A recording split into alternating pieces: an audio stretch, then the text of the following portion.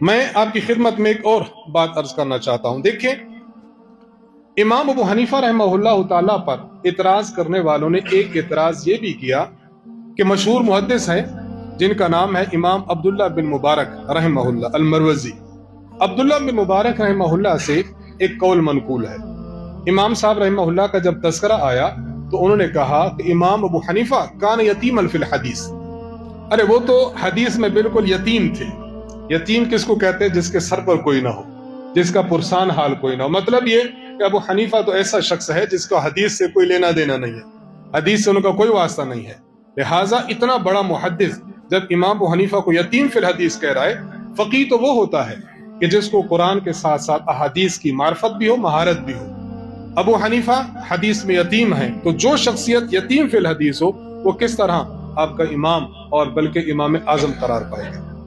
ये बात याद रखें।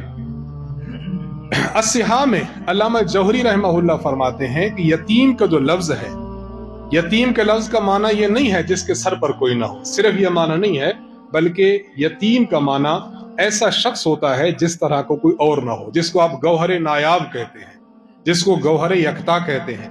चुनाचे आप फरमाते हैं कुल्लु शैइन मुफरदिन यइज़्ज़ु नज़ीरुहु फहुव यतीम। ऐसी चीज जिसकी नजीर और मिसाल ना मिलती हो उसको यतीम कहते हैं।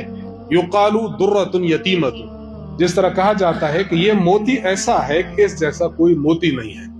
अब इस लुगत के हवाला की रूह से हम देखते हैं कि अब्दुल्ला बिन मुबारक रहमहुल्लाह ताला वो इमाम साहब को कान यतीमन फिल हदीस कहते हैं। इसका माना ये निकला कि वो कहते हैं अबू हनीफा रहमहुल्लाह हदीस की ऐसी मार्फत रखते हैं कि इन जैसी मार्फत और कोई नहीं रखता। तो ये यतीम का माना होगा दुर्र यकता, ना कि यतीम का माना जिसके सर पर कोई ना हो।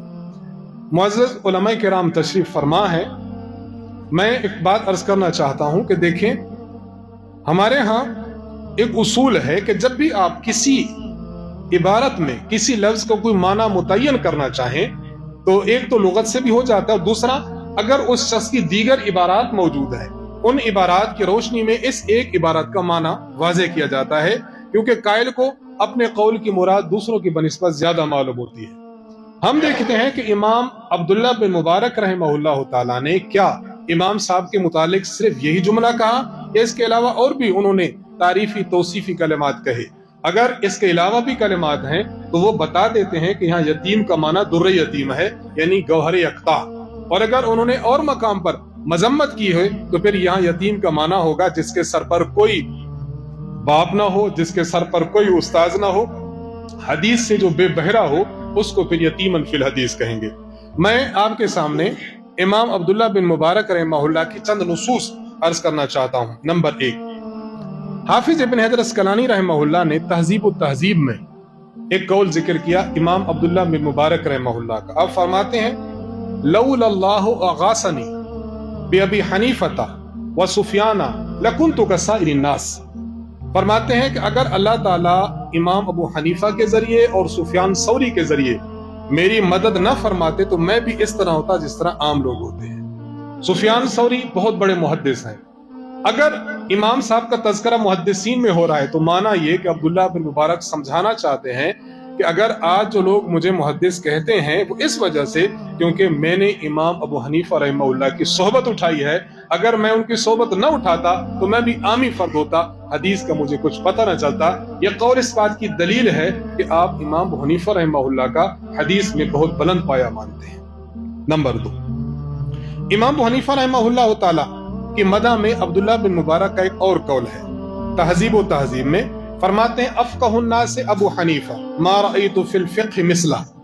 दुनिया में जितने भी मेरी नजर में फकीह हैं उन फुक़हा में सबसे ज्यादा फकीह इमाम अबू हनीफा हैं। मेरी आंखों ने इमाम साहब रहमहुल्लाह जैसी शख्सियत को नहीं देखा। ये 2 कौल मैंने पेश किए हैं।